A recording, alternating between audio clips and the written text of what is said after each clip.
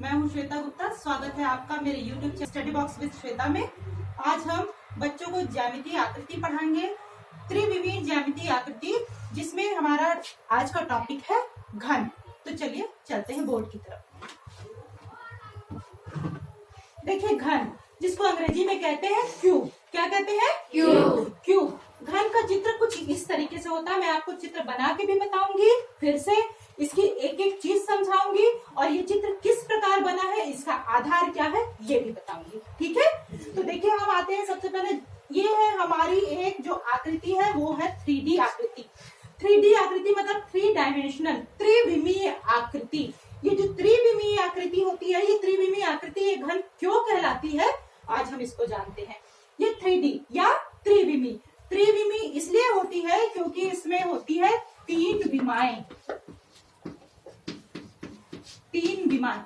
आज तक जो हमने द्विविमीय आकृति पढ़ी है, क्षेत्रफल पढ़ा है हमने, है ना, पढ़ा है ना, वर्ग पढ़ा है, ये सब में होती है ये सब होती है द्विविमीय आकृति, क्योंकि इसमें 2 विमा होती है, सिर्फ लंबाई और चौड़ाई। ठीक, लेकिन जब हम 3D त्रिविमीय आकृति पढ़ते हैं, उसमें 3 विमाएं होती हैं, लंबाई और कौन सी? चौड़ाई। चौड़ाई। और तीसरी जो आकृति विमा होती है वो होती है ऊंचाई। ये 3 विमाओं के कारण ही ये जो आकृति होती है, ये त्रिविमीय आकृति कहलाती है। इसकी सबसे बड़ी विशेषता ये होती है कि ये जो आकृति बनी होती है, वो द्विविमीय आकृतियों से ही त्रिविमीय आकृति निर्मित होती है। ठीक है, त्रिविमीय आकृति। और इनमें 3 विमाएं, लंबाई चौड़ाई, और जब लंबाई और चौड़ाई मिलती है तो तीसरी विमा ऊंचाई का निर्माण होता है। ठीक है, ये जो आकृति होती है, ये ठोस आकृति होती है। त्रिविमीय आकृति कैसी होती है? ठोस आकृति। इसको आप छू सकते हैं, देख सकते हैं। तो बहुत सी त्रिविमीय आकृति होती है, जैसे होता है आपका घन, घनाभ, शंकु, बेलन।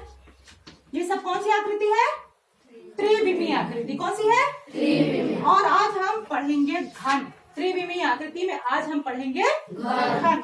तो घन में आपको कुछ ऐसा दिख रहा है कि ये घन जो बना है वो किस द्विविमीय आकृति से निर्मित हुआ है? ये आपको आकृति दिख रही है, ये कौन सी आकृति है? ये कौन सी आकृति है? चतुर्भुज। तो है, ये किस तरह का चतुर्भुज है? क्या है ये? ये वर्ग आपको दिख रहा है? ये वर्गाकार आकृति है। जो घन होता है ये वर्गाकार आकृति से बनता है। घन का जो आधार होता है वो वर्ग होता है। जब 6 वर्गाकार आकृति मिलती है, कितनी? 6 वर्गाकार। जब 6 वर्गाकार आकृति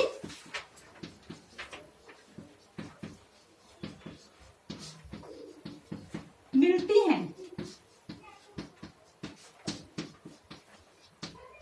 तो घन का निर्माण होता है।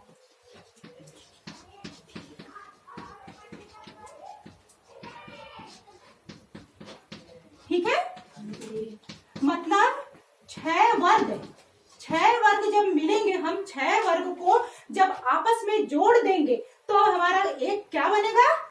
घन बनेगा। 6 वर्ग मिल करके एक घन का निर्माण करते हैं। जैसे एक वर्ग ये 2 हो गए, एक ऊपर 3, एक नीचे 4, इस साइड एक 5 और इस साइड एक 6। तो ये जब 6 वर्ग को हम मिला देंगे तो हमारा एक घन बनेगा। और ये 6 वर्ग मिलेंगे तो हमारी तीसरी विमा का निर्माण होगा, जो होती है ऊंचाई। इसीलिए ये त्रिविमीय आकृतियां कहलाती हैं, क्योंकि इसमें 3 विमाएं हैं। ठीक, अब देखिए ये घन है जो आपका, तो ये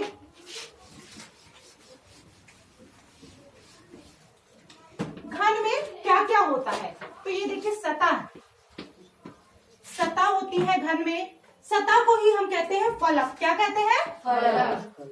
सतह को ही कहते हैं फलक। तो कितनी सतह होती हैं घन में? कितनी सतह होती हैं? तो देखिए एक सतह ये सामने वाली, ठीक, एक इसके पीछे 2 हो गई, एक ऊपर 3, एक नीचे 4, एक इस साइड में और एक इस साइड में। तो कितनी सतह हुई? 6। घन में होती है 6 सतह। अब हम बात करते हैं कोर की।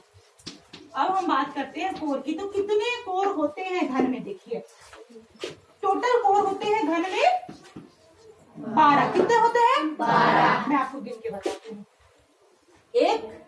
यहाँ से लेके यहाँ तक BF, जी एक 2 हो गए, जी एक EA 3 और एक AB 4 हो गए, जी एक ये 5, ये 6, ये 7, ये 8 हो गई 8, जी ये 9, ये 10, ये 11 और ये 12 कोर हो गए। जी गिने तो पता चला जी तो 12 कोर हो गई। अब बात आती है शीर्ष की।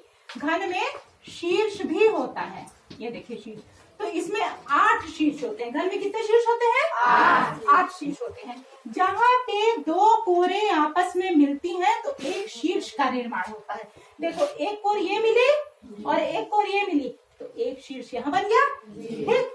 एक ये हुई, एक कोर ये मिली, 2 ये, इस तरीके से ये 3, ये 4, ये 5, ये 6, ये 7 और ये 8 कोरों का निर्माण हो गया ना घर में? जी। ये देखिए 4 इधर 4 इधर, 8 कोर हो गए। जी अब हम बात करते हैं कि अगर एक वर्गाकार कमरा है, मतलब उसकी दीवारें जो है वो छोटी बड़ी ना हो, बिल्कुल बराबर की हो ना, तो वो वर्गाकार कमरे में कितनी सतह होंगी आप बताइए?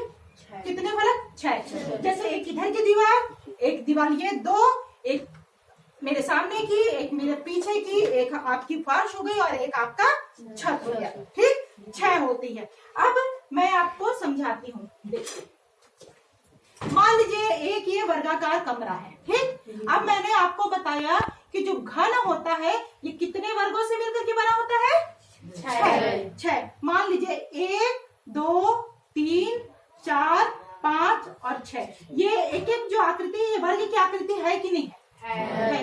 क्यों है वर्ग की आकृति? क्या इसमें दिख रहा है? इसकी चारों भुजाएं बराबर है। इसकी सभी भुजाएं आपस में बराबर, मतलब इसकी लंबाई और चौड़ाई सब बराबर है। अगर हम बात कर रहे हैं, आपको देखिए ये एक स्केल है और आप चाहें तो आप इसको नाप भी सकते हैं।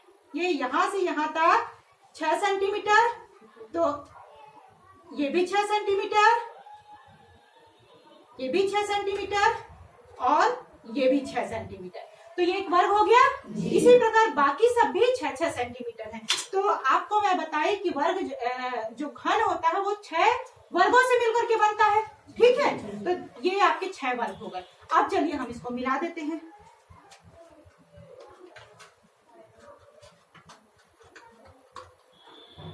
ये आपकी जो आकृति बनी है ये घन हो गई है और ये एक ठोस आकृति है। देखिए ये सबसे पहले ये नीचे का ये आधार बेस, जिसको हम आधार कहते हैं, ये नीचे जैसा कि फर्श हो गई, तो ये टॉप, ये आपका छत हो गया, ऊपर का हिस्सा, ठीक है।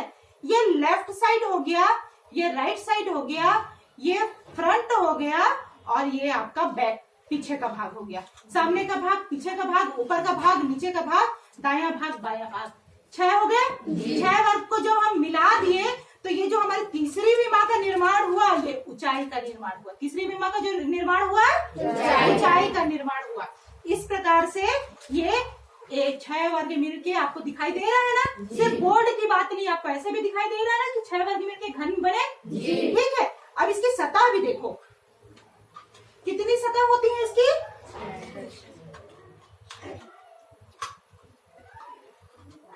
1 2 3 4 5 और 6 सतह हो गई। अब शीर्ष की बात करेंगे तो 1 2 3 4 इधर और 4 इधर, 8 शीर्ष हो गए। अब कोरे की बात करेंगे तो 1 2 3 4 5 6 7 8 9 10 11 और ये 12 हो गए। 12 कोरे, 8 शीर्ष और 6 सतह या फलक इस घन में होता है। इसका जो इस घन की जो आधार आकृति है वो क्या होती है? वर्ग। घन की आधार आकृति वर्ग। अगले वीडियो में हम अपनी दूसरी ज्यामितीय आकृति, त्रिविमीय दूसरी ज्यामितीय आकृति के बारे में पढ़ेंगे, वो होगा घनार। उसी तरीके से जिस तरह से मैं आपको घन